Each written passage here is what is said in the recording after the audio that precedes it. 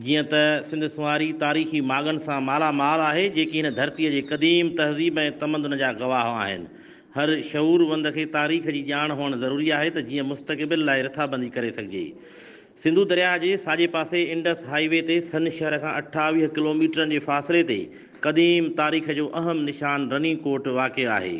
हिन इलाइक़े में खीरथर जबलनि जो हिकु वॾो सिलसिलो आहे जंहिंजे हिकु हिसे जो नालो लकी जा जबल आहे ऐं लकी जे जबलनि जो सिलसिलो 3 क़तारुनि ते मुश्तमिल आहे। उहे टई क़तारूं भॻे टोड़े खां धार धार थी ॾखिण तरफ़ वञी रनीकोट ताईं पहुचनि थियूं। हिननि जबलनि जी ऊचाई मजमूई तौर ते 2000 फुटनि ताईं आहे ऐं हिननि टिन्ही जाबलू क़तारुनि जी पछाड़ी ते रनीकोट ठहियलु आहे। हिते रनीकोट जी बीहक अहिड़ी तरह आहे जो ओभर वारी जाबलू क़तार ते सन दर ऐं ओभारी दीवार जुड़ियल आहे। ओलह वारी क़तार ते मुहन दर ऐं ओलाही दीवार आहे ऐं विच वारी जाबलू क़तार रनीकोट जे विच में अची ख़तम थी वञे थी जेको मेरीकोट ताईं ठहियलु आहे। हिते संदर वटि नए जे मथां पुल ठहियलु हूंदी जंहिंजा निशान मौजूदु आहिनि। हिन जाइ तां हिकु दीवार नए जे मथां चोरस बुर्ज खां शुरू थी जबल ते हेठि मथे ऐं वरबकड़ खाईंदी उतर तरफ़ वञे थी।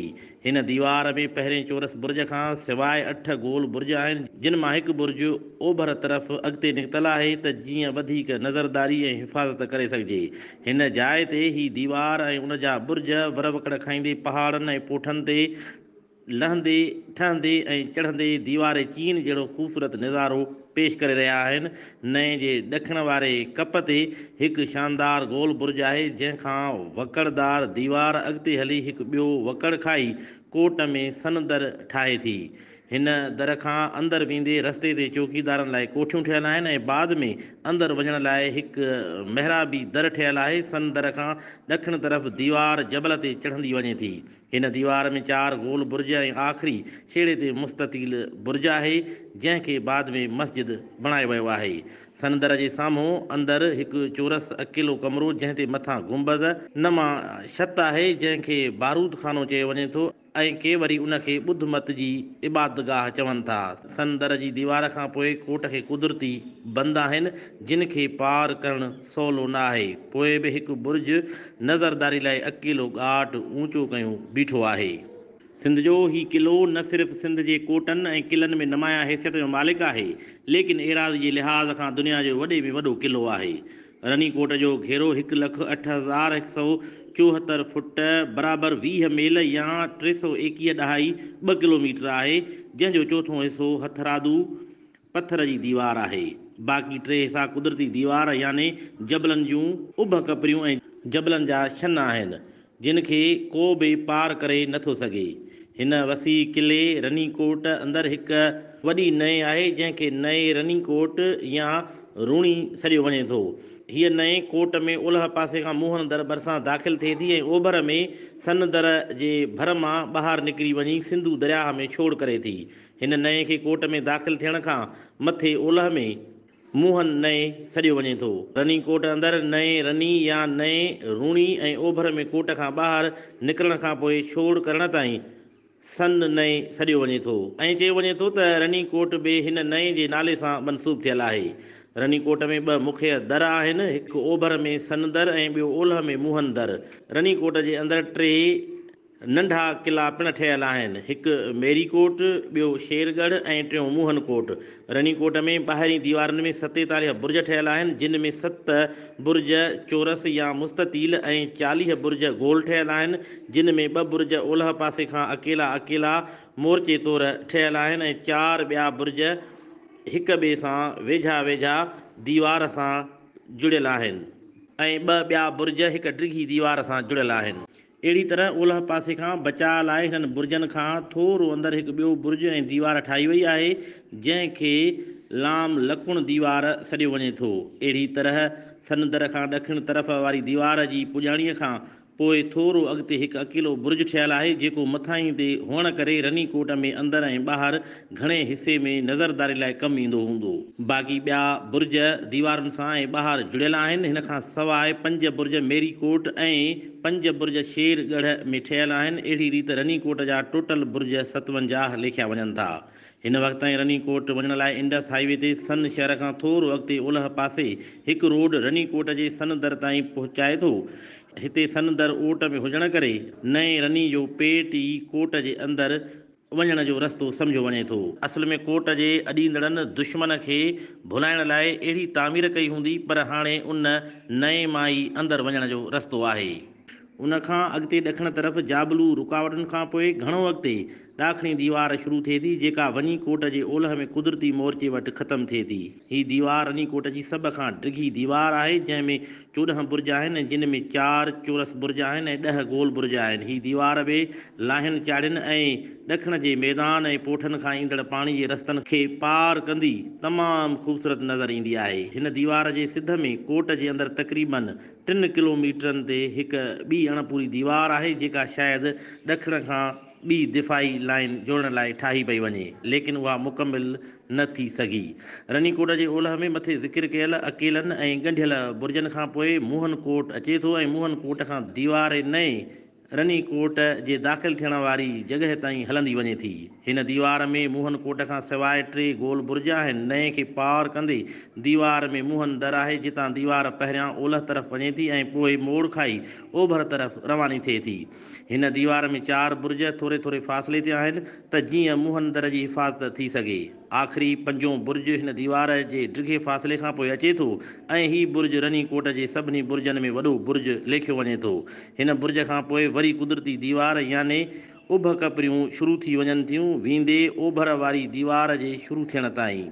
अहिड़ी रीति रनीकोट ॿाहिरां घेरो मुकमिल महफ़ूज़ थी वञे थो। रनीकोट में नए रनी जीअं मोहन दर खां दाख़िल थिए थी त उन जे विच पेट मां हिकु चश्मो फुटी निकिरे थो, जेको शेरगढ़ ऐं मेरीकोट जे हेठां गुज़री अॻिते अची ज़मीन में गुम थी वञे थो। हिन चश्मे ते हिकु हंधि हिकु ख़ूबसूरत तलाउ आहे, जंहिंखे हितां जा मक़ामी माण्हू परियुनि जो तड़ चवनि था। हिन चश्मे जो पाणी पीअण खां अलावा पोख करण जे बि कमु अचे थो। हीउ बि हिकु ख़ूबसूरत नज़ारो आहे।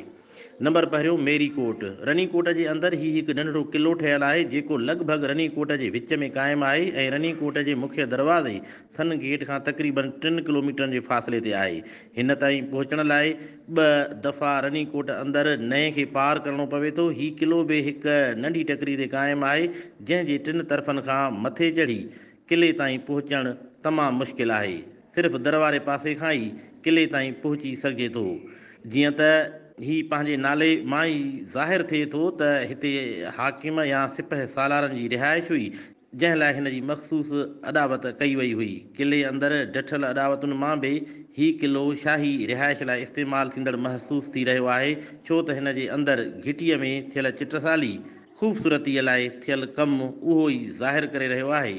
मेरीकोट जी चौधारी इन दीवार जी ड्रेग 1434 फुट आहे। हीअ दीवार हेठां 11 फुट ऐं मथे 8 फुट वेकिरी आहे। हिन कोट खे कुल 5 बुर्ज आहिनि, जिन में मुख्य दरवाज़े वारो वॾो बुर्ज आहे, जंहिंजो क़तर 22 ॾहाई 5 फुट आहे। बाक़ी चइनि कुंडनि ते 4 बुर्ज आहिनि। मेरीकोट ॾिसण खां पोइ महसूसु थिए थो त पहिरीं अॾावत खां पोइ जे दौर में कोट में मरमत कराए उन में फेरगेर कराई वई आहे। हिन क़िले अंदरि पुराणी ॾिठल अॾावतुनि खां अलावा हिकु 2 कमरनि वारो रेस्ट हाउस साईं जेम्स पारां ठारायो वियो हो, त जीअं हिते तफ़रीह ऐं तहक़ीक़ लाइ ईंदड़ माण्हू तरसी सघनि। अॼु बि क़िले अंदरि उहा ई वाहिद जॻह आहे जिते कुझु वक़्त लाइ या राति बि रही सघिजे थो ऐं हिन क़िले जी दीवार ते चढ़ी आस पास जूं जाबलू कतारूं, भरिसां वहंदड़ कुदरती चश्मो ऐं साम्हूं तमामु ऊचाई ते अॼल शेरगढ़ जो नज़ारो बि करे सघिजे थो। नंबर 2 शेरगढ़। हीउ क़िलो मुकमिल तौरु हिफ़ाज़ती ऐं फ़ौजी नोयत वारे अंदाज़ में ठहियलु आहे। हिन क़िले जी दीवार जी ड्रेग 1255 फुट आहे ऐं 5 बुर्ज ठहियलु आहिनि। दर खां दाख़िल थियण लाइ मेरीकोट वांगुरु 2 बुर्जनि जे विच में हिकु घिटी आहे। शेरगढ़ रनीकोट जे उत्तर ओलह वारी डिघी जाबलू कुदरती दीवार ते क़ाइमु कयो वियो आहे। हीउ क़िलो रनीकोट अंदरि तमामु मथां जॻह ऐं समुंड जी सतह खां 1480 फुट ऊचाई ते ठहियलु आहे। जितां रनीकोट खां ॿाहिरि काफ़ी वॾे मैदानी इलाइक़े ते नज़र रखी सघिजे थी ऐं रनीकोट अंदरि बि वॾे हिसे ते नज़रदारी करे सघिजे थी। हिन क़िले अंदरि सिर्फ़ु हिकु वॾो पाणी जो हौज़ ठहियलु आहे, जंहिं में उते रहंदड़ फ़ौज जे इस्तेमाल लाइ पाणी जमो कयो वेंदो हूंदो। शेरगढ़ ते चढ़ण जो ॾुखियो रस्तो आहे जेको पंधु करे अटकल 1.5 या 2 कलाकनि में तइ करे मथे पहुची सघे थो। उन करे किले में ठहियल हौज़ में पाणी भरण लाइ बि चिश्मे खां शेरगढ़ ते चढ़ण वारे रस्ते ते विच में बि हिकु हौज़ ठहियल आहे त जीअं पाणी 2 साहिनि में मथे पहुचाए सघे। हिन किले में फ़ौज जी रिहाइश हूंदी जेका किले अंदरि ऐं ॿाहिरि नज़रदारी ऐं हिफ़ाज़त लाइ मुक़ररु हूंदी। रनीकोट अंदरि शेरगढ़ तमामु ऊचाई ते जुड़ियल आहे जंहिं ताईं पहुचण लाइ जेको रस्तो आहे सो तमामु ॾुखियो ऐं थकाईंदड़ आहे ऐं हिन पथरीली चढ़ाई ते चढ़ण लाइ जागर शूज़ हुजणु ज़रूरी आहिनि। नंबर 3 मोहनकोट। ही किलो मोहन दर खां 1500 फुट परे हिकु उभ कपरी ते ठहियल आहे। ही मुस्ततील किलो आहे ऐं मेरी कोट ऐं शेरगढ़ खां एराज़ी में नंढो आहे। संदसि ड्रेग 123 ऐं 127 फुट आहे। कंहिं बि हिकु पासे 32 फुट ऐं ॿिए पासे 58 फुट आहे। ही बि हिकु हिफ़ाज़ती कोट आहे जंहिंजे 3 पासनि खां वॾियूं खायूं आहिनि त जीअं ही कोट रनीकोट जे ओलह वारे दर मोहन दर जे भर में आहे ऐं हिते हिन पासे मुक़ररु थियल लश्कर ऐं आला अमलदारनि जे कमु ईंदो हूंदो ऐं हितां किले जे अंदरि ऐं ॿाहिरि वारे मोहन वादी ऐं ॿिए वॾे इलाइक़े जी निगहबानी कई वेंदी हूंदी। रनीकोट जी अॾावत कॾहिं थी ऐं कंहिं कराई इन ते मुहक़िक़नि जो तमामु वॾो बहस थियल आहे पर अञा ताईं इन जी का हतमी राय न जुड़ी सघी आहे त कहिड़े सन ऐं कंहिंजे दौर में ठहियो। लेकिन इहो तइ आहे त ही तमामु अवाइली दौर जो किलो आहे जंहिंजी अॾावत दीवार चीन ऐं ईरान जे उत्तर में ठहियल दीवारुनि सां मुशाइबत रखे थी जंहिंखे शक याजूज चयो वञे थो। उहे दीवारूं साइरस आज़म ऐं संदसि पोयनि कियानी शहनशाहनि ठहिरायूं हुयूं। ही दौर सिकंदर आज़म जे दौर खां बि अॻु जो दौर हो। चचनामे में लिखियलु आहे त मोहम्मद बिन क़ासिम हिन किले में अची तरसियो ऐं हितां हिजाज बिन यूसुफ खे ख़त लिखियो जंहिंमें हिन रनीकोट खे दुनिया जो वॾे में वॾो किलो लिखियो आहे। हिन किले अंदरि अरबन ऐं रूमिन जा क़ब्रिस्तान बि मौजूदु आहिनि ऐं हिते ॿुध मत जा निशान बि मिलनि था जंहिं मां साबित थिए थो त ही कोट अरबन खां अॻु जो अॾियल आहे। अवाइली तारीख़ मूजिबि सिंध जो ही जाबलू कोहिस्तानी इलाइक़ो ईरान ते सासानी हुकुमराननि जे दौर में ईरान जो आख़िरी सरहदी इलाइक़ो हो। उन करे उन्हनि उते कोट ऐं किला तामीर कराया। बहरहाल सिंध जो ही अज़ीम किलो अॼु बि पंहिंजे तिल्स्माती कहाणियुनि ऐं निज़ारनि सां गॾु तहक़ीक़ जो तलबगार आहे। बदकिस्मती इहा आहे त सिंध जे धारियनि जी बार बार यलगार फुरलुट ऐं सिंध जे कुतुब खाननि खे बि तहस नहस कयो आहे जंहिं करे सिंध जी तारीख़ में तसलसुल न आहे। अॼु जा मुहक़िक़ बि धारियनि जी लिखियल तारीख़ जे बुनियाद ते अॻिते वधिया आहिनि। संदन जाखोड़ ज़रूरु मंज़िल माणींदी।